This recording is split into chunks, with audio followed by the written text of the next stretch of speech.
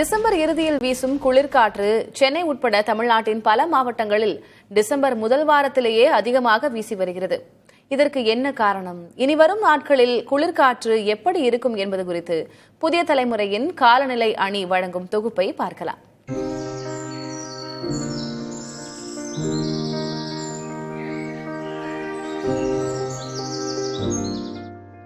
மார்கழி தொடங்குவதற்கு முன்பாக கார்த்திகை இறுதியிலேயே சென்னை உட்பட தமிழ்நாட்டின் பல மாவட்டங்களில் இரவு 7 மணிக்கு தொடங்கும் குளிர்காற்று படிப்படியாக அதிகரித்து மறுநாள் காலை 7 மணி வரை வீசுகிறது.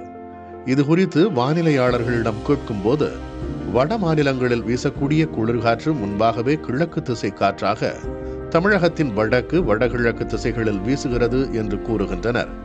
மேலும் தற்போது தமிழ்நாட்டில் பெரிதாக மழை இல்லாததால் வானம் தெளிவாக உள்ளது. இதனால் மேகக்கூட்டம் இல்லாமல் குளிர்காற்றின் தன்மை அதிகம் நிலப்பரப்புக்கு வருகிறது என்றும் வரக்கூடிய நாட்களில் படிப்படியாக ஈரப்பதம் அதிகரித்து குளிர்காற்றும் மூடுபனியும் தீவிரமடையும் என்றும் வானிலையாளர்கள் தெரிவிக்கின்றனர்.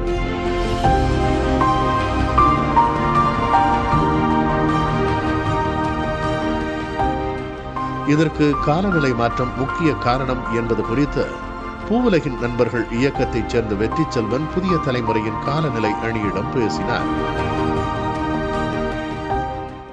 சென்னையினுடைய இயல்புத்தன்மை ஹீட்டு தான். ஆனால் நமக்கு வந்து என்னென்னா அது 10 மாதம் வரைக்கும் தான். நமக்கு 10 மாதம் வந்து சம்மர் பீரியட் அப்படிங்கிறது இருக்கும். ஒரு மாதம் நமக்கு மழை, இன்னொரு மாதம் நமக்கு வந்து குளிர். கார்த்திகை மாதம் அப்படிங்கிறது நமக்கு மழை கொஞ்சம் கொஞ்சமாக குறைஞ்சு குளிர் அப்படிங்கிறது அதிகமாகும்.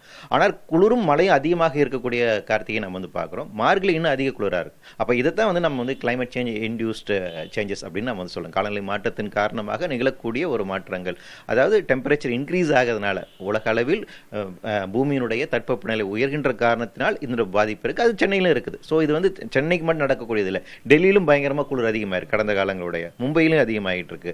வட இந்தியாவில் இன்னும் பயங்கர குளிர் அதிகமாக இருக்கின்றது தென் இந்தியாவை கம்பேர் பண்ணும்போது.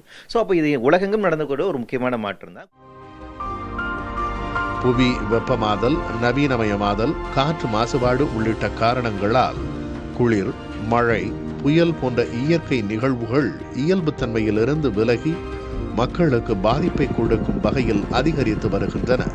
அதன் ஒரு பகுதியாகத்தான் மார்கழி மாதத்தில் வீசும் குளிர்காற்றுடன் கூடிய மூடுபனியின் தாக்கத்தை கார்த்திகையிலேயே உணர முடிகிறது என்கிறார்கள் சுற்றுச்சூழல் ஆர்வலர்கள்.